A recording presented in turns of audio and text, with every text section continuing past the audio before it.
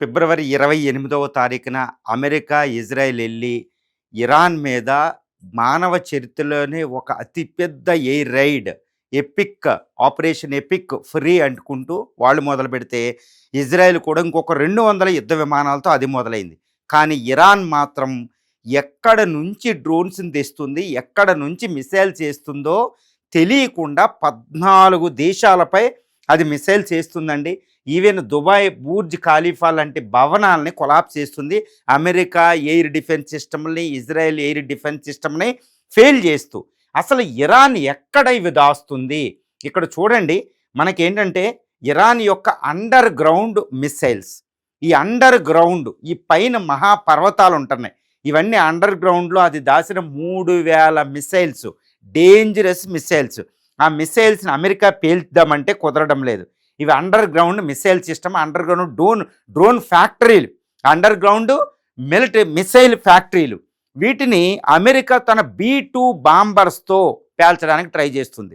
ఈ B-2 bombers కూడా వెళ్ళలేని విధంగా ఉన్నాయి.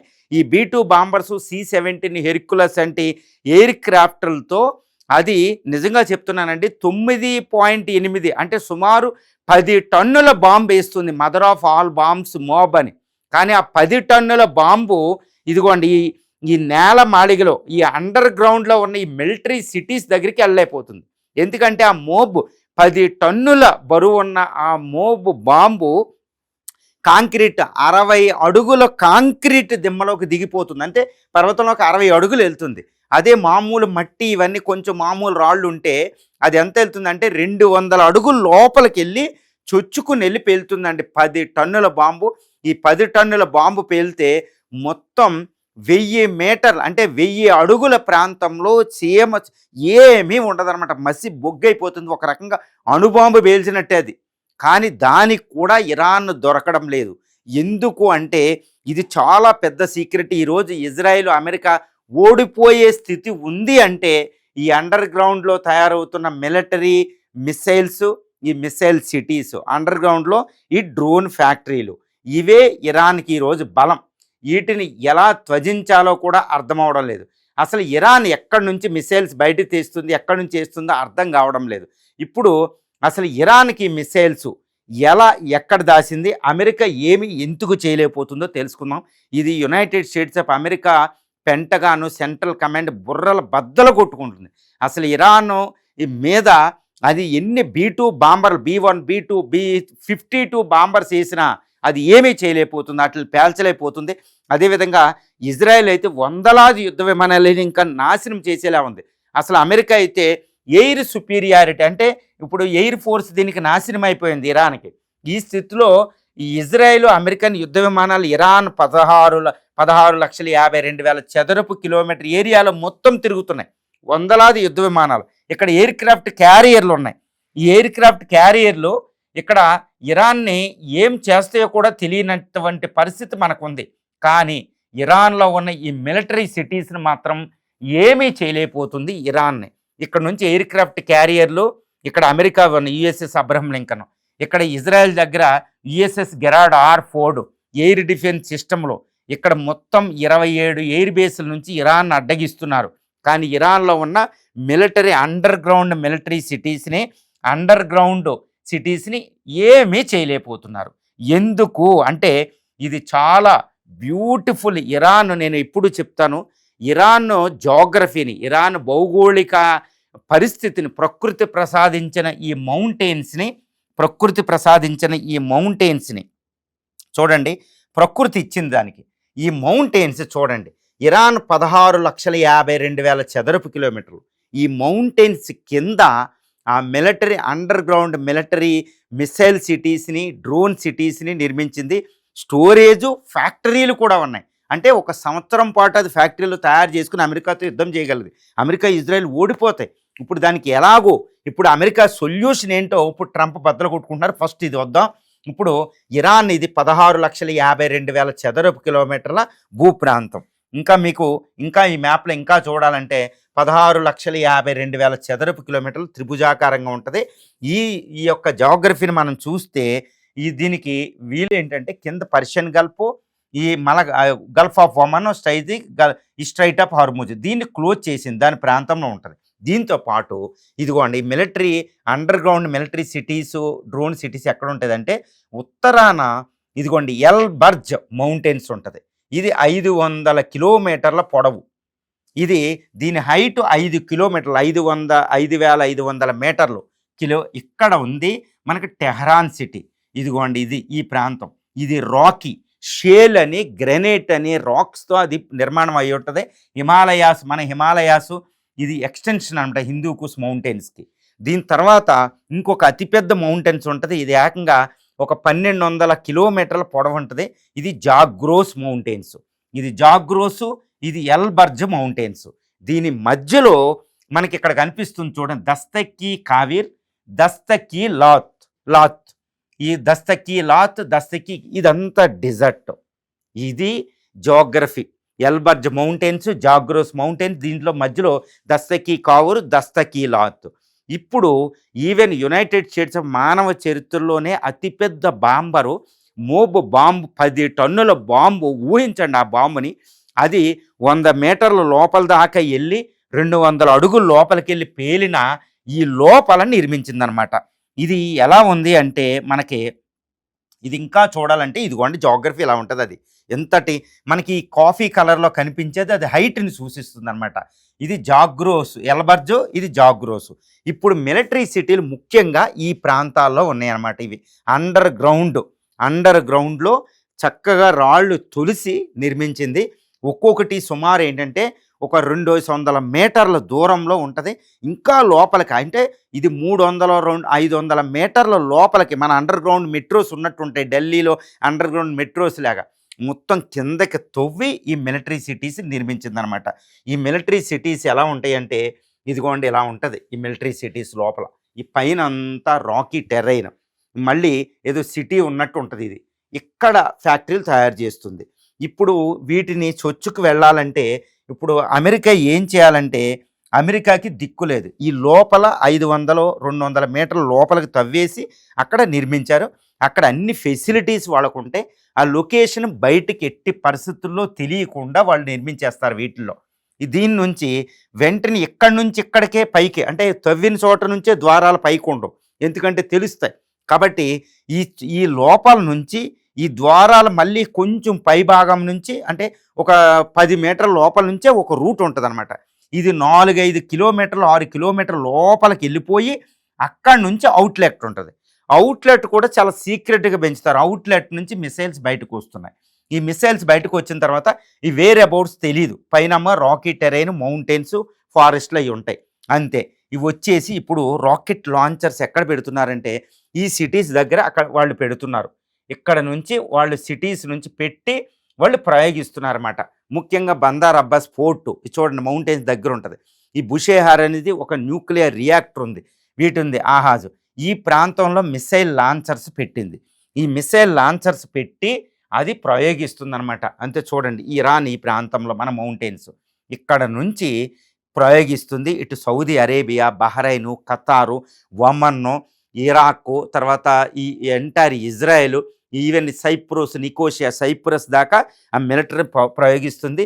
ఈ మిలిటరీ ఈ యొక్క మిసైల్స్ ఏంటంటే 2000-2500 కిలోమీటర్ల రేంజ్ దాకా వెళ్తుంది. డ్రోన్స్ కూడా మనకి చాలా విస్తృతంగా డ్రోన్స్ 12 నిమిషాల్లోనే ఇజ్రాయెల్ 2500-2000 కిలోమీటర్ల అవతరం ఉన్నాయి, ఇజ్రాయెల్ చేరుకుంటున్నాయి. ఈ విధంగా ఇదిగోండి టెహరాన్ అనే సిటీ చూడండి ఎక్కడుంది మనకి కరెక్ట్గా చూస్తే టెహరాన్ అనేది ఇదిగో ఇది. ఈ టెహరాన్ అనేది మౌంటేనియస్ సిటీ అండి, అంత ఈజీ కాదు. అక్కడ అండర్ గ్రౌండ్లో ఉన్నాయి తీయడానికి అంత ఈజీ కాదు. ఇదిగోండి ఎల్బర్జ్ మౌంటైన్స్లో ఉంది టెహరాన్, ఏ బ్యూటిఫుల్ క్లైమేట్. తర్వాత ఎల్బర్జ్ సిటీ కింద ఇవి ఉంటాయి. ఇప్పుడు దీంతో పాటు ఇంకొక రకంగా చెప్పాలి అంటే మనకి ఈ మౌంటైన్స్ ఈ యొక్క న్యూక్లియర్ రియాక్టర్లు కూడా మౌంటైనియస్ కిందే ఉంటాయి. కాబట్టి ఇదిగోండి ఇస్ఫహాన్ అనేది అతిపెద్ద న్యూక్లియర్ రియాక్టర్. తర్వాత నాటాంజ్, తర్వాత ఫోర్డో, ఇవి ఇక్కడే ఉంటాయి. ఇవన్నీ న్యూక్లియర్ సిటీస్. తర్వాత ఈ ఇస్ఫహాన్ కూడా మనకి ఇక్కడే కనిపిస్తుంది చూడండి. ఇస్ఫహాన్ ఇదిగోండి ఈ బుషేహార్ కూడా ఒక న్యూక్లియర్ రియాక్టర్. తర్వాత ఈ ఇస్ఫహాన్ అనేది ఈ యొక్క జాగ్రోస్ మౌంటైన్స్ కింద ఉంటుంది అనమాట. ఈ అరాకో ఫోర్డో కూడా ఈ ఎల్బర్జు జాగ్రోస్ మౌంటైన్స్ కలిసే చోటే మనకి నాటాంజ్ రియాక్టర్ ఉంది. ఇప్పుడు మరి అమెరికా ఏం చేయాలి అంటే, యునైటెడ్ స్టేట్స్ ఆఫ్ అమెరికాకి B2 బాంబర్లు కూడా, మోబు బాంబులు కూడా దీన్ని పెనిట్రేట్ చేసి వాటిని నాశనం చేయడం, అండర్ గ్రౌండ్ నేల మాళిగల్లో ఉన్న ఈ మిసైల్స్ స్టోరేజ్, మిసైల్ సిటీస్ని, డ్రోన్ స్టోరేజీ, డ్రోన్ సిటీస్ని, మిసైల్ లాంచర్స్ ఫ్యాక్టరీని నాశనం చేయలేవు. ఇది నాశనం చేయనంత వరకు ఇజ్రాయిల్ అమెరికా వెళ్ళి ఎన్ని వేల యుద్ధ విమానాలు ఉపయోగించి దీన్ని నాశనం చేసిన ఇరాన్ శక్తి అలాగే ఉంటుంది. దాని ప్రతిఘటన శక్తి, దాని రెస్పాన్సివ్నెస్ అలాగే ఉంటుంది. అందుకనే ఇరాన్ అంతటి నాశనం చేసినట్టు మనకు కనిపించిన ఇరాను ఈ దేశాలన్నిటి మీద చక్కగా అటాక్ చేస్తుంది. అన్ని దేశాలు 27 అమెరికా ఎయిర్ బేసెస్ మీద 14 దేశాల మీద అటాక్ చేయగలుగుతుంది. మరి ఏం చేయాలి అంటే, అమెరికా ఏం చేయాలంటే అమెరికన్ ఫోర్సెస్ మొత్తం ఎయిర్ బేస్ల నుంచి 50,000 అమెరికన్ ఫోర్సెస్ ఉన్నాయి ఇక్కడ. మెరైన్స్ అంటారు, సీల్స్ అంటారు, వీళ్ళందరూ ఈ స్పెషల్ ఫోర్సెస్ అందరూ వెళ్ళి ఇరాన్లో ఈ మౌంటైనస్ ప్రాంతంలోకి వెళ్ళి ఈ యొక్క లొకేషన్ కనిపెట్టి అండర్ గ్రౌండ్ ఫ్యాక్టరీని వాళ్ళు సైన్యం డైరెక్ట్గా నాశనం చేయాలి, బాంబులతో స్పెషల్ ఆపరేషన్ చేయాలి.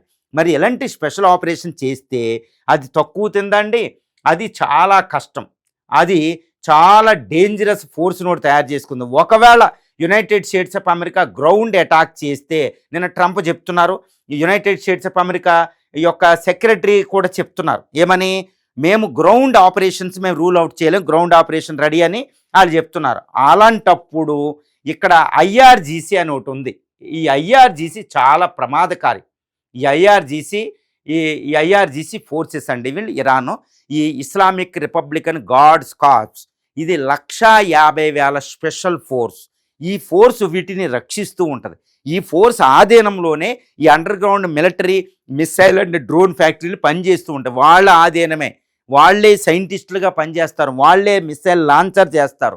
మరి వీళ్ళు స్పెషల్ ఫోర్సెస్ ఆ జోగ్రఫీలో, ఆ మౌంటైన్స్ ప్రాంతంలో చాలా అంటే ఆఫ్ఘన్ తాలిబాన్ అమెరికా మీద స్పెషల్ యుద్ధం చేసినంత యోధులు వీళ్ళు. మరి ఏళ్లతో అమెరికన్ స్పెషల్ ఫోర్సెస్ ఉండగలవా? అమెరికన్ స్పెషల్ ఫోర్సెస్ అంటే ఇప్పుడు 1,00,000 మంది సైన్యాన్ని పంపించిన 50,000 మందినైనా అమెరికా త్యాగం చేయాలి. లేకపోతే అంత ఈజీ కాదు. ఆఫ్ఘనిస్తాన్లో కొన్ని వేల మంది చనిపోయారు ఏది ఆఫ్ఘనిస్తాన్లో. కానీ మరి అమెరికా తాలిబాన్ ఏమీ చేయక 2021 నుండి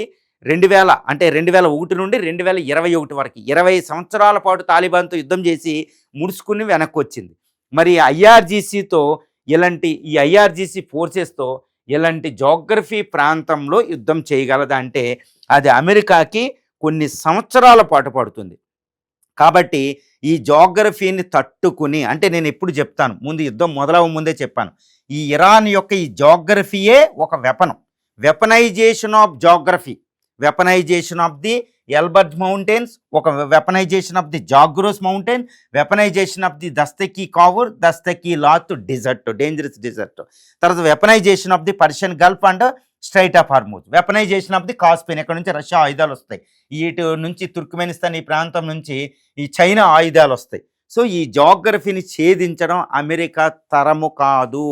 కాబట్టి ఈ జోగ్రఫీ ఛేదించాలంటే అమెరికాకు ఉన్న ఒక ప్రత్యామ్నాయం, ఈ జోగ్రఫీలోకి అది ఎంటర్ అయ్యి తన ఎయిర్ ఫోర్సెస్ని ఈ ఇరాన్ పంపించాలి. ఎయిర్ ఫోర్సెస్ నుంచి ఇలా పంపిస్తే IRGCని తట్టుకుని ఈ ప్రాంతంలో, మౌంటైనస్ ప్రాంతంలో ఈ IRGC ఫోర్సెస్ని తట్టుకుని, ఈ గెరిల్లా వార్ఫేర్ తట్టుకుని ఉండదు. ఒకవేళ యునైటెడ్ స్టేట్స్ ఆఫ్ అమెరికా ఎప్పుడైనా గ్రౌండ్ అటాక్లకు వస్తే దిక్కులేని పరిస్థితిలో మేము ఉందామని వాళ్ళు ఒక సిస్టమ్ తయారు చేసి పెట్టుకున్నారు. కాబట్టి అమెరికా ఓటమి ఇక్కడ నిశ్చయం. దానికి ఒకటే కారణం, ఇరాన్ కాదండి, ఇరాన్ జోగ్రఫీతో వాళ్ళు ఓడిపోతున్నారు. ఇరాన్ జోగ్రఫీ ప్రకృతి ఇచ్చిన శక్తి. అందుకనే 3,500 సంవత్సరాల నుంచి అది ఒక శక్తిగా, ఒక దేశంగా మనగలుగుతుందంటే దాని జోగ్రఫీ. ఇప్పుడు భారతదేశంలో హిమాలయాలు కింద హిందూ మహాసముద్రం మధ్యలో భారతదేశం ఉండి, భారతదేశానికి పెట్టని కోటలు ఉంటాయి. ఎందుకని ఎవడో వచ్చినా ఏదో టైంలో వాడు పోవాల్సింది. అదేవిధంగా ఇరాన్ జోగ్రఫీ ఉంది కాబట్టి ఇక్కడ పర్షియన్ మహాసామ్రాజ్యం బతికింది, మెసొపొటేమియా సివిలైజేషన్ వెలిసింది. ఈ మధ్యలో ఫెర్టైల్ ల్యాండ్స్ ఉంటాయి అగ్రికల్చర్కి, అందువల్ల స్వయం సమృద్ధి అనమాట. కాబట్టి అమెరికా, ఇజ్రాయిల్ ఇరాన్ మీద విన్ సాధించడం అసంభవం. నేను ఎందుకు చెప్తున్నానంటే ఇప్పుడే మీకు అర్థమవుతుంది. అండర్ గ్రౌండ్ సిటీలని, అండర్ గ్రౌండ్ మిలిటరీ సిటీలని, అండర్ గ్రౌండ్ డ్రోన్ ఫ్యాక్టరీలు నాశనం చేయకపోతే అమెరికా ఎలా గెలుస్తుంది? అమెరికా ఇంత ఫోర్స్, ఇజ్రాయెల్ ఇన్ని వేలాది యుద్ధ విమానాలు, వేలాది యుద్ధ విమానాలు వాడుతున్న అమెరికా దగ్గర 14,000 ఫోర్స్ ఉంది, ఎయిర్ ఫోర్స్ ఉపయోగించిన ఇది ఇంకా తెములుకునే అది బాణాలు కింద సంధించినట్టు అది ఇలా నాశనం చేస్తుందంటే ఇన్ని దేశాలని అసలు ఏమనుకోవాలండి? దీన్ని ఏమనుకోవాలి? బుర్జ్ ఖలీఫాని, అమెరికా ఎయిర్ డిఫెన్స్ సిస్టమ్ను కొలాప్స్ అయిపోతున్నాయి డ్రోన్లు అవి. అందుకనే ఇరాన్ని ఇంత జోగ్రఫీ, ఇరాన్ని గెలిపించేదే ఈ జోగ్రఫీ. ఇరాన్కి బ్రహ్మాస్త్రం, ఇరాన్ చేతిలో బ్రహ్మాస్త్రమే ఈ జోగ్రఫీ. కాబట్టి Elburz, Zagros mountains, Dasht-e Kavir, దస్తకి Lut, Persian Gulf of Oman, ఈ Strait of Hormuz, Caspian Sea, దీంతో ఈ మధ్యలో డెజర్ట్, 9 కోట్ల మంది పాపులేషన్, 16,52,000 ఇండియాలో సగం జోగ్రఫీ దీన్ని వెపన్ కింద మార్చింది. కాబట్టి అమెరికా ఇజ్రాయెల్కి లిమిటేషన్స్ ఉన్నాయి. America Israel supreme military force ఇక్కడ పనిచేయదు. దానికి తగ్గట్టు ఇప్పుడు చక్కగా వెళ్ళి ఆయితుల్లా అలీ ఖైమేనీని సంహరించింది, సుప్రీం లీడర్, మత పెద్ద షియా. ఇప్పుడు కాబట్టి ఇరానియన్ పీపుల్ యునైట్ అయ్యారు, ఇరానియన్ పీపుల్ చక్కగా కసి మీద ఉన్నారు. కాబట్టి ఇప్పుడు ఈ ప్రాంతంలో ఒక స్కూల్లో 160 మంది స్కూల్ పిల్లలు, ఆడపిల్లల శవాలే ఈ రోజు వాళ్ళకి కసి అయింది. కాబట్టి ఈ జోగ్రఫీని వెపన్గా మార్చింది. అమెరికా ఇజ్రాయెల్ ఇక్కడ విన్ సాధించడం అనేది అసంభవం, ఏదన్నా ఒక మిరాకిల్ జరిగితే కానీ.